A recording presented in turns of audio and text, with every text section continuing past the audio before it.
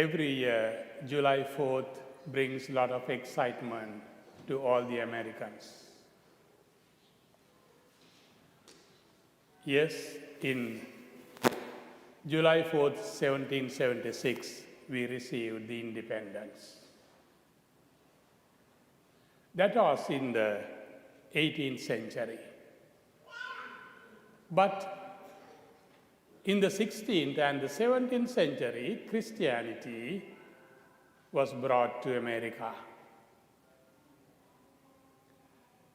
If I ask you how you became a Catholic, a Christian, you will say, well, it is your parents, your family members, your friends, or some priest, some missionaries, or somebody, a colleague, introduced Christ to you.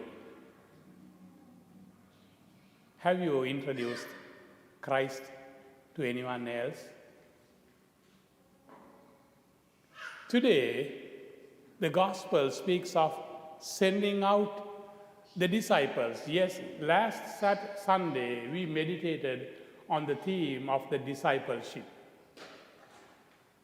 And in the Gospels, we find Jesus had 12 apostles and many disciples. Apostolos in Greek is the one who is sent. So Jesus was first sending the 12 apostles on his mission. So other than the 12, now in this gospel, which we find only in Luke, Jesus chooses 72 others and he sends them out to the towns where he intended to visit. That is the beautiful word in the Gospels. So, someday, someone brought the faith to you, and perhaps in the context of today, we are not expected to be the type of missionaries that we used to have in years back. Each baptized is a missionary in the context of today's gospel.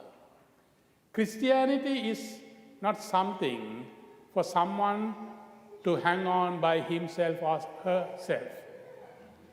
The faith is to be shared.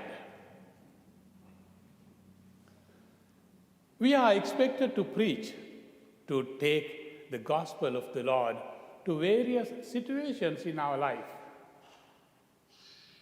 First of all, in today's context, first of all, to our own family members, to our friends.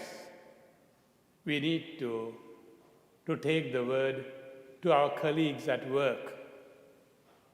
Well, with the excuse of not wanting to hurt the feelings of others, we remain sort of silent in speaking about faith and Christ. In accordance with today's gospel, every baptized is expected to proclaim the word. We are not expected to convince others. That is the work of the Holy Spirit.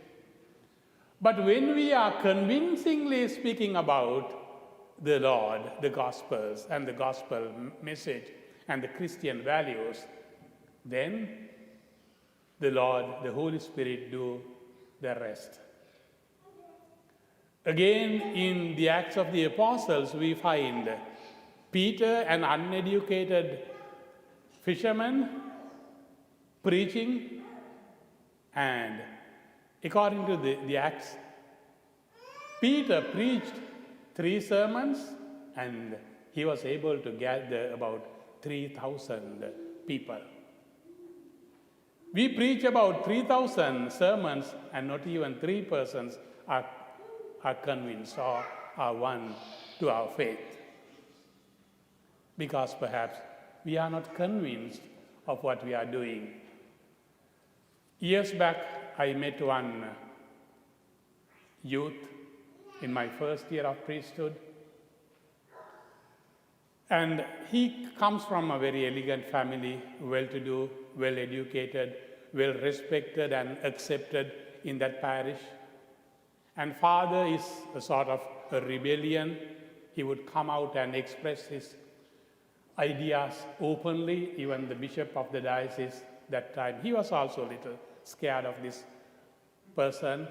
Anyway, I continued to have the contact with this family even when I was working in other missions.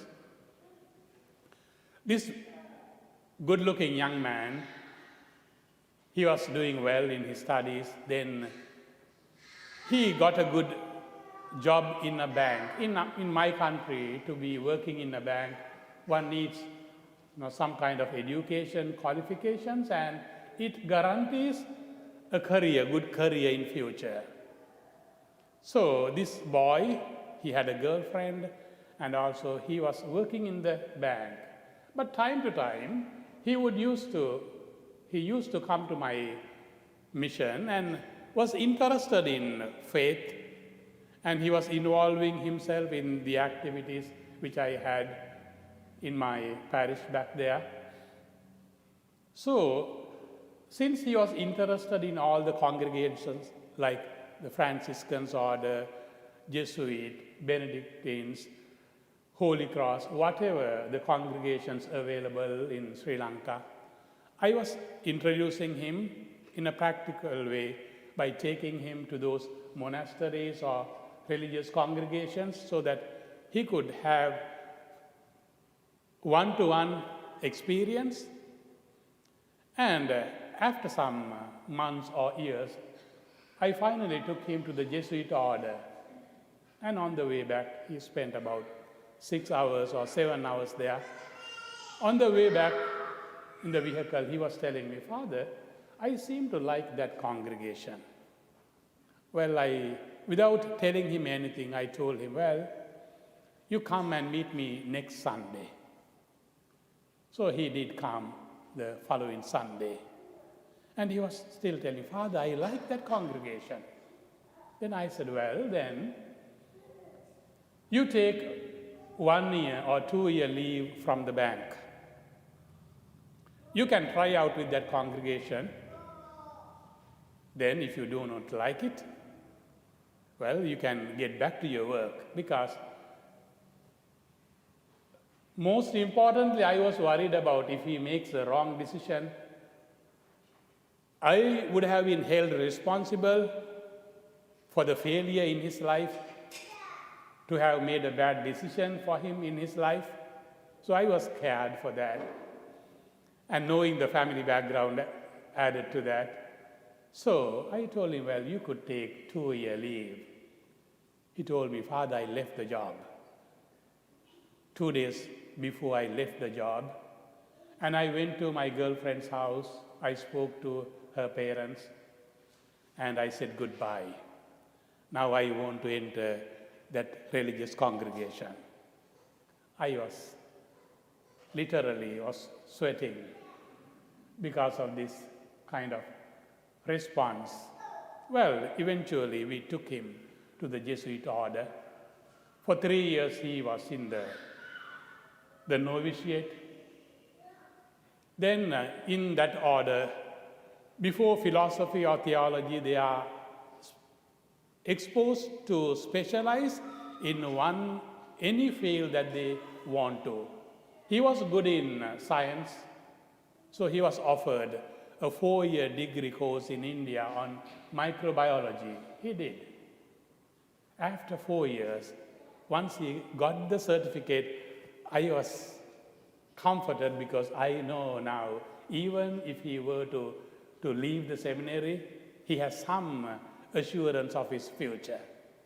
Then he continued his philosophy in London. Then theology, he continues there. Hopefully next year he will be ordained a priest. This is how God works. He doesn't expect everybody to become a priest, a nun, but a good family person.